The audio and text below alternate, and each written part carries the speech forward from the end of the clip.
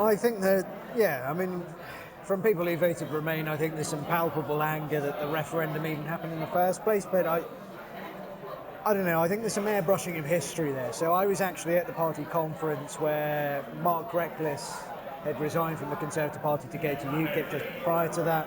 Douglas Carswell had just won a seat, and I can tell you UKIP were polling incredibly 25%. well. Yeah, yep. So it's revisionist to say, well, David Cameron just did it for the hell of it. The reality is actually that Nigel Farage would have been on course to, 25% is what the Liberal Democrats got when they formed a coalition with the Conservatives. So what we're talking about is Nigel Farage and UKIP could have become key players in Parliament.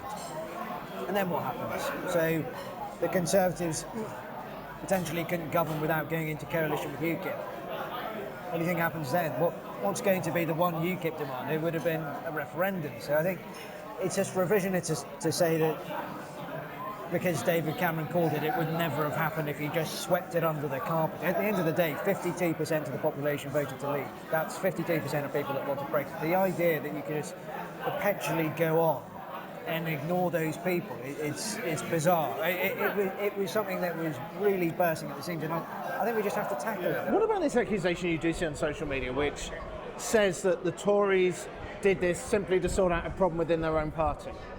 I think the fact that 52% of people voted to leave indicates that this undercurrent was pretty strong. Hey, look at the geographic spread. This sentiment, it's not one of those things where it's not London-centric, it's not the North only. I don't like when people characterise Leave and Remain voters by geography or by age or by background.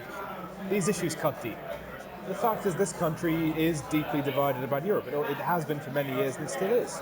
And this referendum, perhaps in part it really exacerbated that divide, but the fact that UKIP were polling anywhere near the figures we were talking about earlier suggests that this was where it was always going to end up.